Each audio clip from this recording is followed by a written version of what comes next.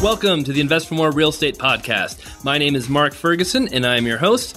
I'm an active real estate investor in today's market, having done over 140 flips. I flip from 15 to 30 houses a year. I buy residential and commercial rental properties, and I'm an agent with a team behind me who have sold thousands of houses over the years. So on this show, I talk about myself, my career, and advice, as well as interview other amazing agents, wholesalers, landlords, flippers, and the companies that help those people succeed.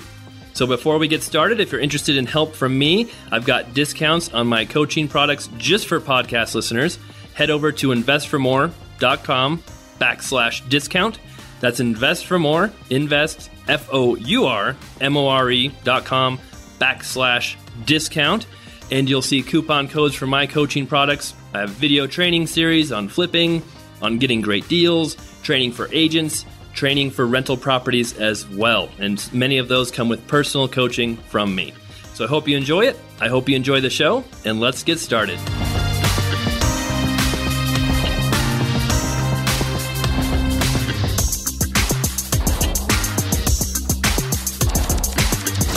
Hey, it's Mark, and we're back with another podcast.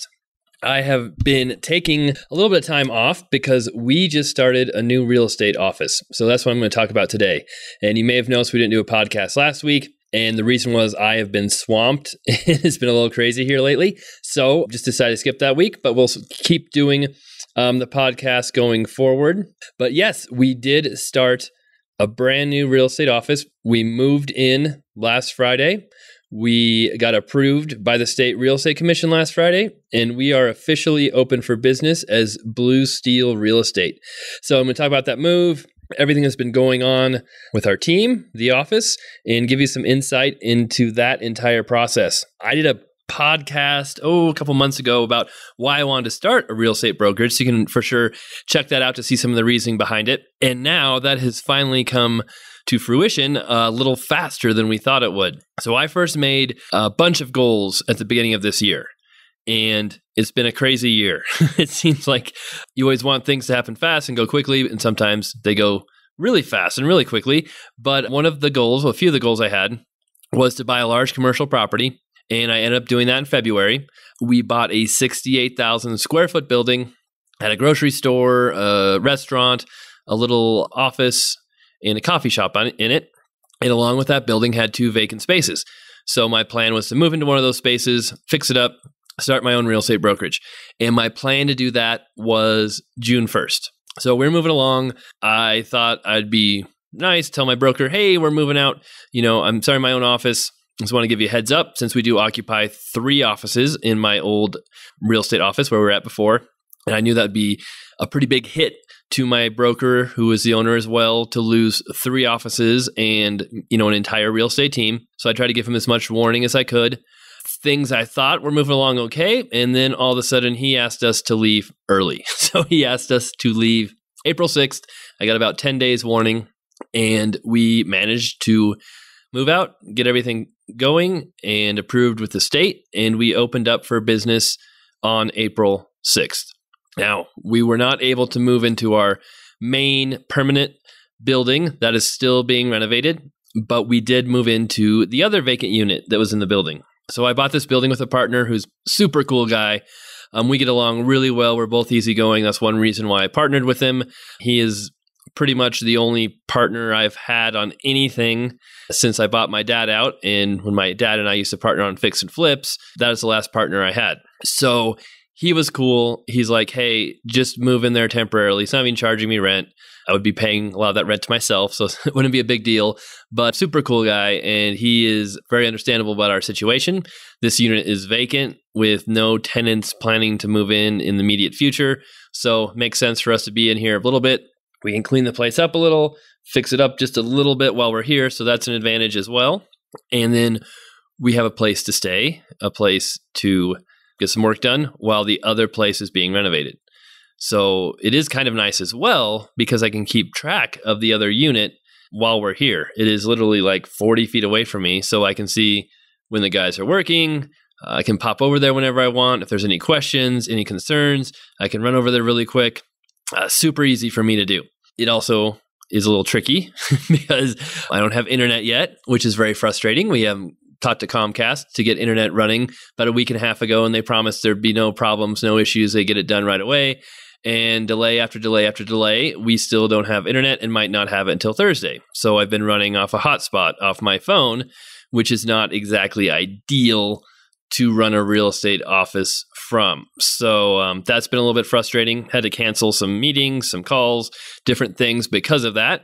But, you work through those growing pains and figure things out.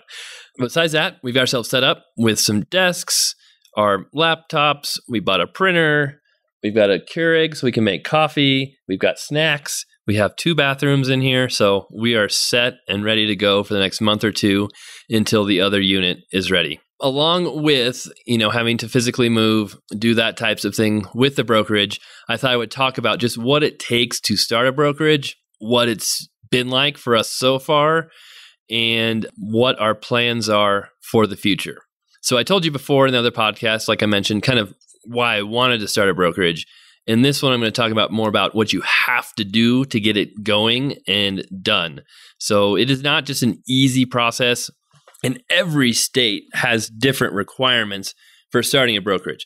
How long you have to be licensed, all types of the training, the education, all of that is different in every state. So what I have to go through in Colorado is not what everybody else has to go through if you're in a different state. So please check those requirements if you're thinking about making the switch or jumping into being your own broker owner. All right, so to start, basically every real estate agent has to hang their license with a broker if they're not a broker. Now, in Colorado, technically, everyone who sells real estate is a broker, but they call beginners associate brokers. They don't have an actual broker's license. And there's managing brokers or independent brokers. Basically, an associate broker is a real estate agent. They're not a broker, but Colorado calls them that for some reason. But to make it easier, I'm going to say real estate agent versus broker. A broker is someone who has a broker's license, has their own office, is basically what most people think of as a real estate broker. Now, I've had my independent broker's license for about 7-8 years, and I actually got it because my sister was a property manager. She was a licensed broker, and she forgot to do some training or forgot to renew her license one year. And I stepped in, got my independent broker's license, and ran her company for a couple months while she got her license put back in place, got that all figured out. So for me to go from a regular real estate agent to an independent broker, all I had to do was pass the state test again. So I crammed for about 3 days, studied like crazy, went and took the test, passed it with 1 question to spare, applied with the real estate commission. Boom, I was an independent broker. I was allowed to have my own office, but I could not manage any other agents. It was just me. That's all I could do, was just have my own office with me as a sole licensed person within that office. So I've had that license for 7 or 8 years, been working on another broker with my team for that time. Never really used that part of my license, but I had it. Then last year, I started thinking much more seriously about becoming a managing broker, starting my own office. So I researched what I had to do, what the process was to become a managing broker. And what I had to do was take a 12-hour class. And what I thought I had to do was pass the test again. So I took my 12-hour class, took it online. It really did not take that long if you take it online, but 12 credit hours, passed that, went in, took my test, passed my test again. Then I went to the real estate commission, turned in all my information, said, hey, I want to be a managing broker now. I passed my test. I did my classes. Can I get that designation? And they called me up and said, why did you send this to us? I'm like, well, I want to be a managing broker. And they said, well, you can't be a managing broker because you don't have an office to manage. We only make you a managing broker if you are in charge of an office. So I could not just become a managing broker with that designation. I had to actually have an office to manage. So I kind of missed a few things there, a few steps. And then they dropped the big bombshell on me and they're like, why did you take the test again? I'm like, well, I thought I had to take the test. And they're like, no, if you were a real estate agent becoming a broker, you'd have to take the test again. But you already were a broker, so you didn't need to take the test. So I studied for the test, got all stressed about it, went and took it for no reason whatsoever. So that was a pretty funny thing that happened to me and something I joke about. But hey, I guess I got some more education from taking that test. So I had my classes completed last year. This year rolls along and I get this property under contract. I know for sure I want to start my business. Tell my broker, we're kind of in the process of getting this remodeled. We're in the process of getting everything together we need for the office, in the process of getting the name picked out, which we finalized. And I turned in my information to the state to get our, S Corp set up for the business, to get a tax ID for the business. And that's when I was notified I had basically 10 days to get everything started. So I turned in all of my information to the Real Estate Commission to be an employing broker, gave them, my certificate showing I passed the class, had to pay a fee, and had to tell them that I had an office to go to. So it took them about 5 days, and they approved me. So everything went very smooth this time. Had it all lined up right. Since I had an office to go to, I got my license changed from independent broker to ER, which is employing broker. Once I had that done, then we had to send in the application for the company to the Real Estate Commission. So we sent that application to the company, and they approved that in about 2 days. So got all that done right in the nick of time to start our office. And I was an employing broker with the state of Colorado at our new office, Blue Steel Real Estate. So it's pretty exciting, pretty cool to see that happen.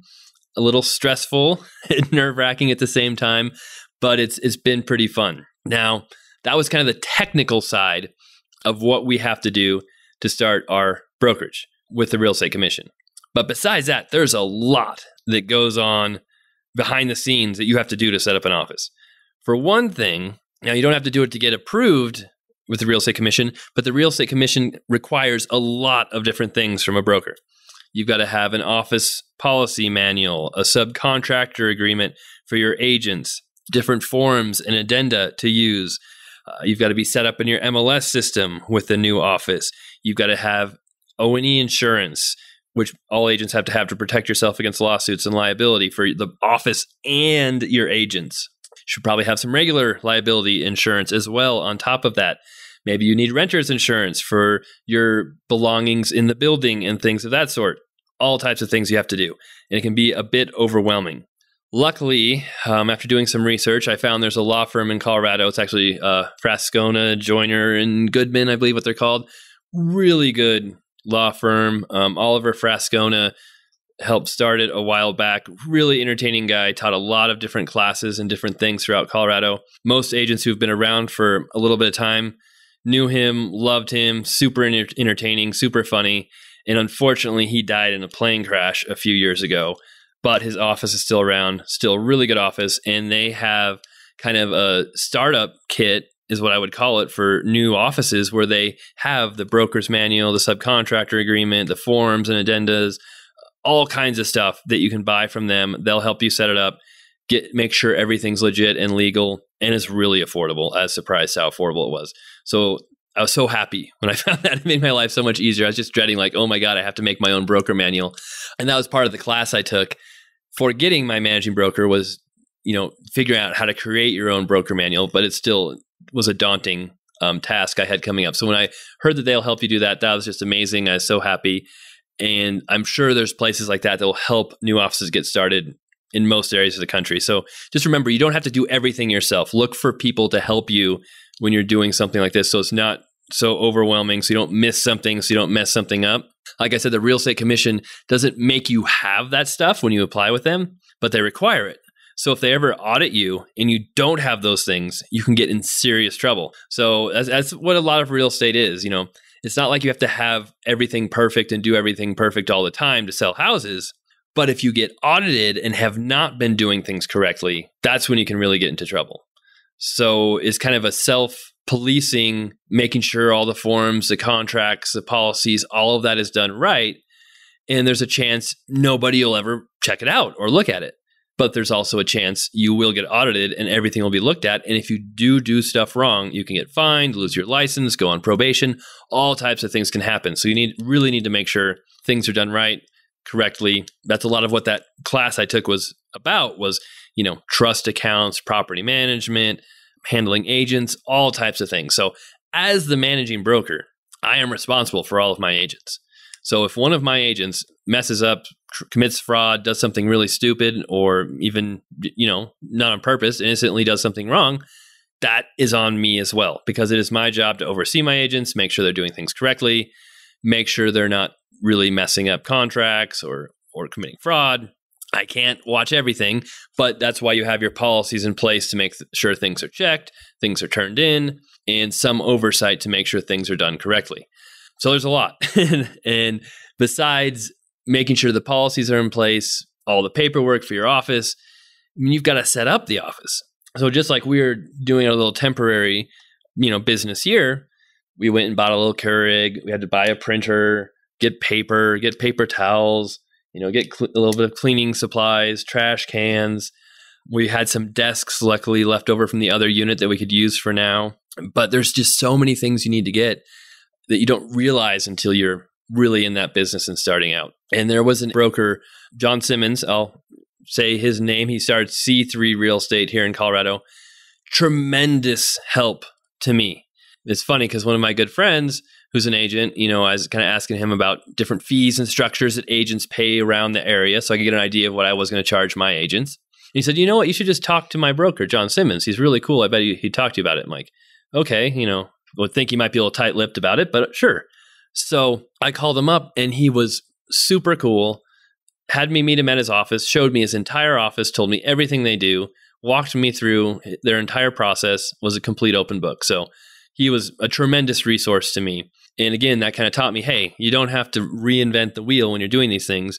Look for people who can help you. Talk to people who have done it. Sure, not everybody is going to be an open book and tell you how to do things and help you out, but some people will. And if you can find those people, they can be a tremendous resource to help you avoid some mistakes and be more successful from the get-go. So he was a great resource for me and helped me out tremendously in figuring out what I needed. And he says, they've opened a few offices. They've created a checklist now, the hundreds of things they need to start an office. Staplers, staples, flyers, envelopes, paper, pens, brochures, folders, flyers for different things, chairs, desks, just so many things that go into it. Once we get here, we're like, hey, we need window blinds. We don't have any blinds here. It's, it can be a little bright. And it's like, oh yeah, when we get in the new office, we're going to need blinds as well. So there's just so many things that come into it. But at the same time, while it can be daunting and stressful, it's not like you can't fix those things once they come up. And that's just how we've been doing it. I think, a lot of things I've done in my career, in my life, I just jumped into. Some things I planned a lot. Other things I just like, okay, sure, sounds like a good idea. Let's go do it. And when you just jump in there and do it, it can make it more exciting because you don't always know what's going to happen. But I think often you get things done faster and quicker too, because once you're put into a situation, you're forced to make things work right. You don't have any other choice, but you just get to work, do what you need to do, and make it work. And a lot of times you get stuck planning for months or years, trying to figure out everything you need and make sure it's perfect, when you could have gotten things accomplished much quicker by just jumping into it and doing it and figuring it out as you go. So it has worked out well so far. Like I said, this went even quicker than we thought. But now that I'm here and now that I'm in my own office, I'm really glad that we moved earlier than later, just because it got the ball rolling. It put us in a situation where we're all kind of a little uncomfortable, which is exciting, I think, for me, just, to try and, hey, how can we fix this? How can we make this cool? What can we do? And it just breaks the normal routine of things, just makes things interesting. So it's been really cool. Kind of, even though we have to move a couple of times, sure, we moved into our temporary office for a little bit, but it's really not that much work. We're not moving a house, not all of our possessions, so it's not too bad. And being here, being on my own, having my own office, it just feels really cool and is putting me in a position where, we've got to make things work, got to go faster than we thought we would have to before. But it's fun, it's exciting, and yeah, it's been a cool experience. For the future office, like I said, we're planning to be in there in a month or two. It'll be my team. So I've got, agents, assistants, staff who will come with me. We've got a few people here already. And there's kind of a couple agents at my old office. They're transitioning our listings, files that are closing, things like that. So once we're all set up in the permanent location, it'll just be my team to start with. Have offices for everybody and a lot more offices for new agents because it's a big space. And then once we get set up, once we get things rolling, kind of established, then I will be looking to add some agents to that office. And that's kind of where a lot more work going to come from me, figuring out exactly how the splits will be, what the desk fees will be, what we'll pay for, what we won't pay for, things like that. And I've learned a lot from the office I was in before. I've learned a lot from other offices I've talked to, seeing what they offer.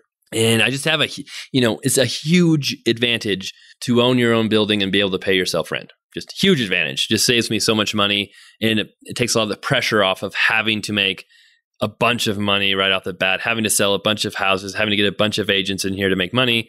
I can take things slow, go at my own pace, and it's going to save me money just with my team over here, over being at my old office, because I am paying myself rent. I have a partner as well who he gets half the rent, but still by paying half the rent to myself, just saves me a ton of money.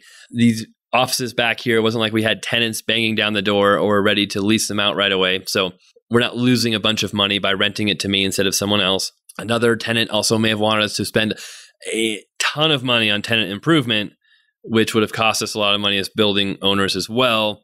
So it worked out really well. A lot of times when you own a big building like this and you have new tenants coming in, they will ask for tenant improvement, which means the landlord is actually paying for them to fix up the units. And the agent who sold me this building, keeps trying to get me to have a laundromat come into this temporary space where I'm at now. And they want us to spend like $200,000 on tenant improvement before they move in. And then they'll only be paying like $2,500 a month or something. I mean, it would take like 10 years for us to make up that rent from the tenant improvement we're spending.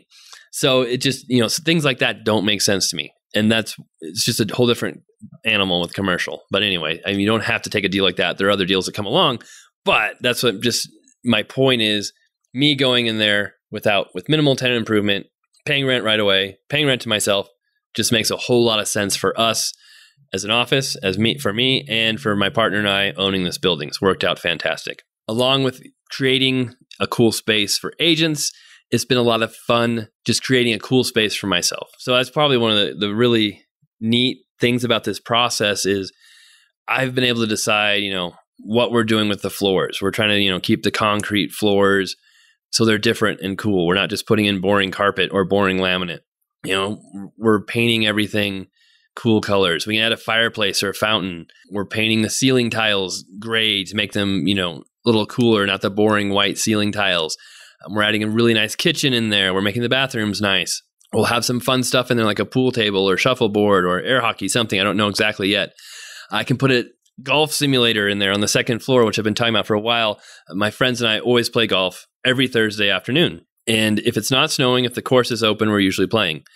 But in Colorado, in the winter, there are times it snows when you can't play.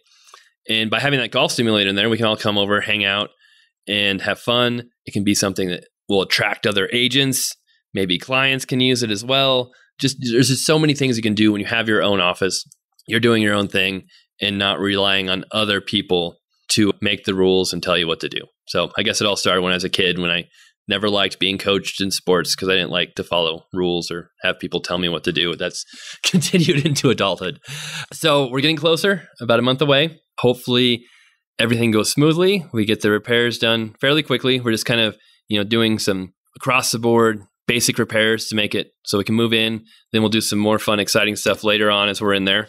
And once we get everything established, we'll have a grand opening. So we'll invite everybody we know, have everybody come over, including my old office. Happy to have them over and have a lot of fun. And then hopefully we'll start building ourselves up as one of the premier brokerages in the area. And I think we can do that.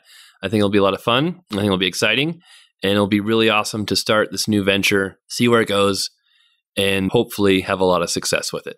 All right. So about all I've got for this podcast. I wrote an article earlier this week as well, if you want to check out on the blog, investformore.com, that talks about starting my own brokerage, some of the things that really bothered me about my old brokerage compared to having this one.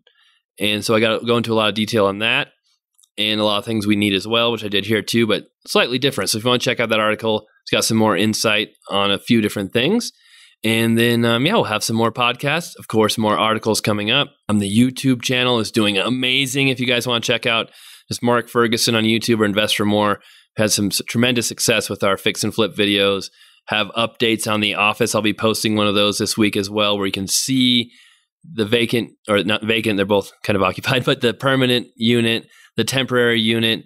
You can see what we're doing with the place. I'm doing a lot of those types of videos, so be sure to check out that as well. And yeah, if you guys have any questions or comments, please leave a comment below. If you're on the blog, you can email me, mark@investformore.com. Happy to help.